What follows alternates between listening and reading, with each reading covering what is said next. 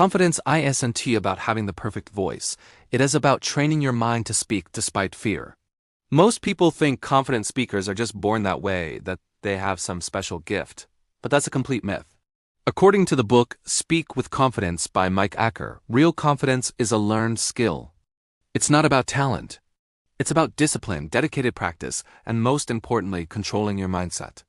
So if you've ever felt that pit in your stomach before speaking, know this: you have the power to change it. Today, we're going to break down the exact strategies you can use to transform your fear into unshakable confidence. Let's start with a hard truth. Confidence comes from courage, not from comfort. Fear is completely normal. Even the most experienced, world-renowned speakers feel that rush of adrenaline, that quickening heartbeat before they step on stage. So what's the difference between them and someone who freezes? It's simple. Confident speakers act despite their fear. They don't sit around waiting for the perfect moment when they feel totally ready, because that moment never comes. Instead, they choose courage over comfort every single time. They understand that confidence isn't something you have. It's something you build, one brave action at a time. The more you act in the face of fear, the smaller that fear becomes. Now for one of the biggest game changers. Stop focusing on yourself. Think about the last time you felt anxious about speaking. Where was your focus? It was probably on you. What will they think of me? What if I forget my words? What if I sound stupid? This self-focus is a recipe for anxiety. The secret is to shift your attention outward. Instead of worrying about yourself, focus on serving your audience. What value can you give them? What important message do you need to deliver? Make it all about them, not about you. When your primary goal becomes helping or informing others, your own self-consciousness starts to fade away. Your message becomes more important than your fear. True confidence is built long before you ever open your mouth to speak. It's forged in preparation. Winging it is a strategy for failure. Discipline in your preparation is what removes the uncertainty that fuels anxiety. So, what does that look like? First, practice your opening until you can say it in your sleep. A strong start sets the tone for everything that follows. Second, know your main points inside and out. You don't need to memorize every single word, but you must be rock solid on your core ideas. And third, rehearse out loud.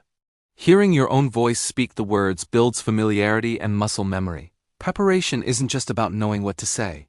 It's about building the discipline that gives you the right to be confident.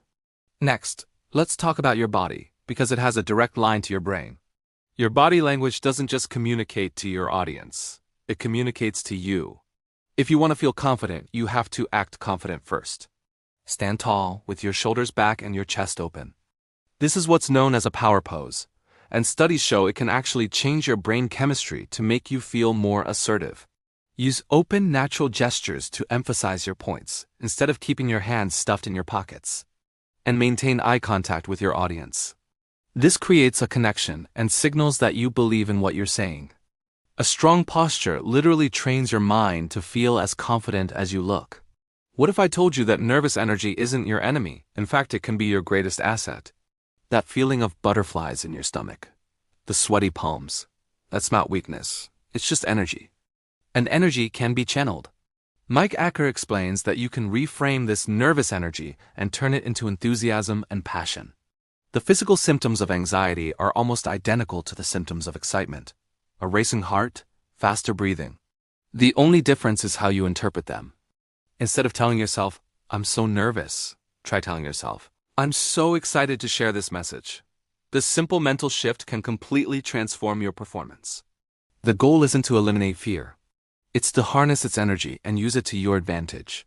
Finally, and this might be the most important point of all, you have to practice consistently. Confidence is a muscle, and just like any muscle, it grows stronger with repetition. You don't get good at speaking by reading books about it. You get good by doing it. Start small. Speak up in a meeting. Give a toast at a family dinner. Practice daily articulation exercises to make your speech clearer. And most importantly, give yourself permission to be imperfect. You will make mistakes. You will stumble over words. That's part of the process.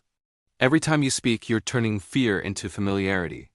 The more you do it, the less scary it becomes. Consistency is the bridge between fear and confidence. So let's bring it all together.